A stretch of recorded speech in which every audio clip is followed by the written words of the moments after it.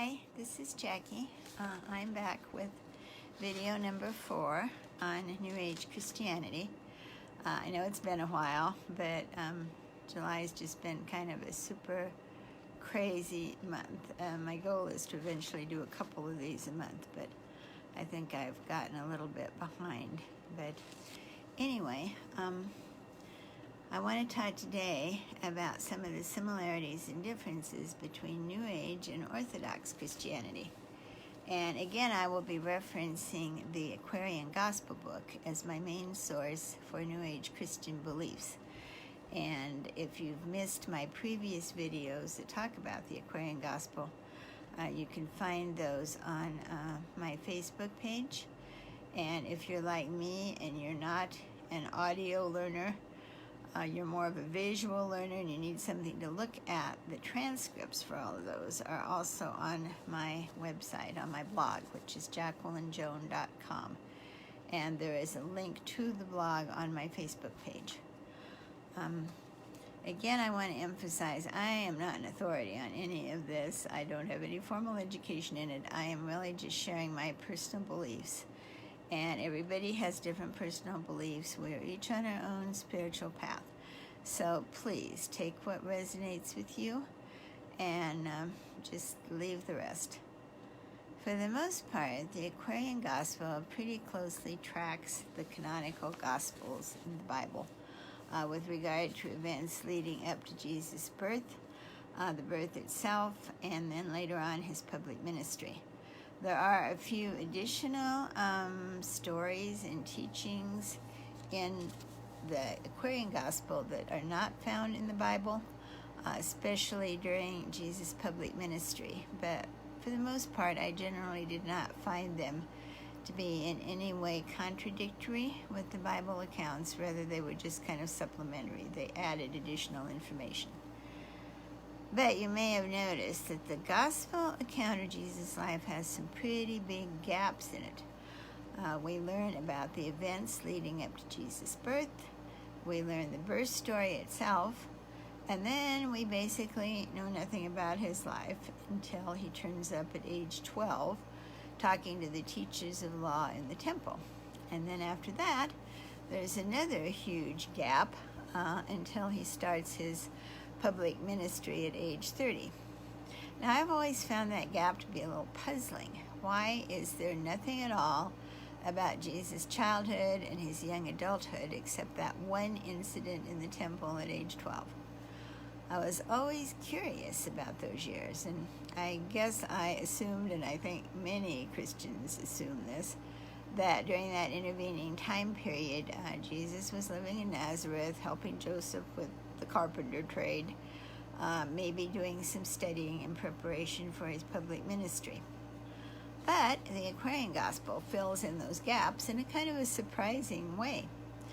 We learn from the Aquarian Gospel that far from being a carpenter in Nazareth, Jesus was actually, in fact, a spiritual student, traveling the world, studying the world's religions with their greatest teachers. According to the Aquarian Gospel, he went to India, Tibet, Persia, Assyria, Greece, and Egypt. And the purpose of these trips was for him to study and learn, which he did.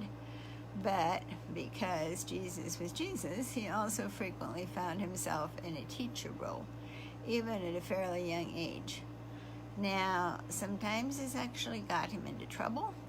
For example, he was in India studying their religion there, and he learned about their extreme caste system, which was a part of that religion.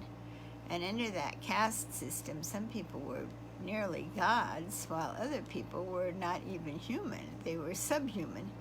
And which you were depended entirely on the caste into which you happened to be born. Jesus spoke out against that system, and he declared rather emphatically that his Father God created and loved all humans equally. And he even began teaching the so-called untouchables, the lowest caste. That, of course, was a big no-no in India, where the untouchables were not even considered to be human, much less worthy of any sort of religious instruction. So that got him in trouble and caused him to be expelled from his learning program at the temple.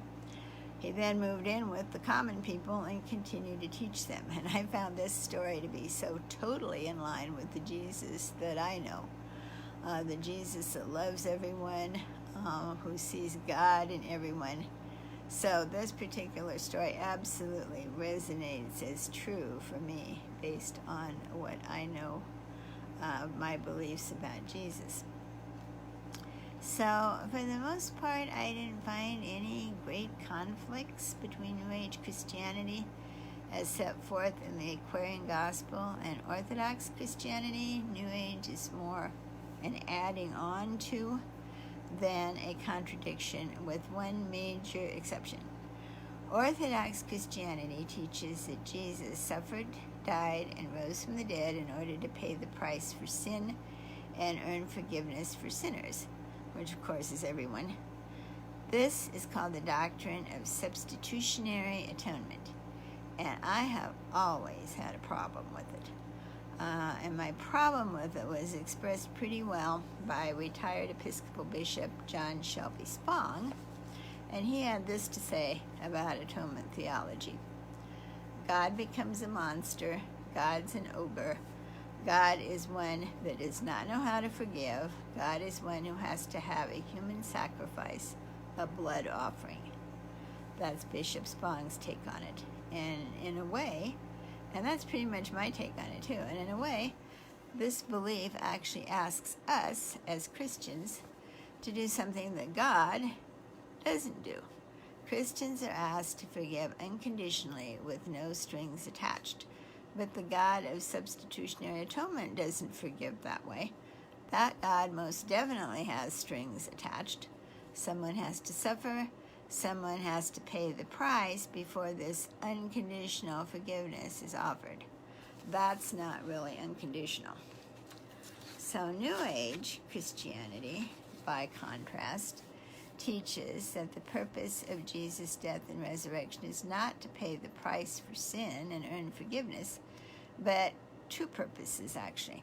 One is to demonstrate the value of service to our fellow humans, and the other is to show us how to do what Jesus says we can all do, and that's conquer death.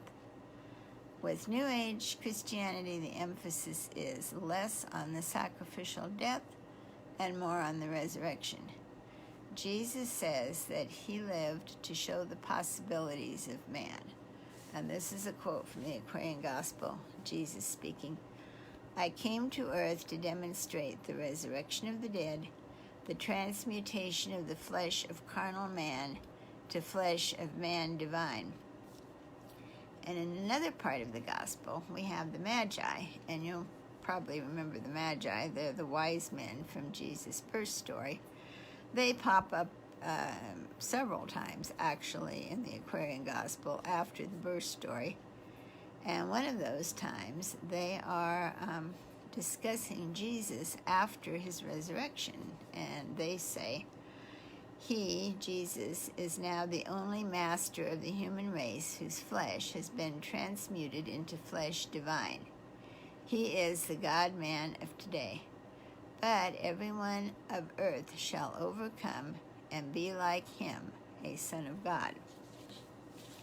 And this is kind of a major underlying theme of New Age Christianity as it's set forth in the Aquarian Gospel.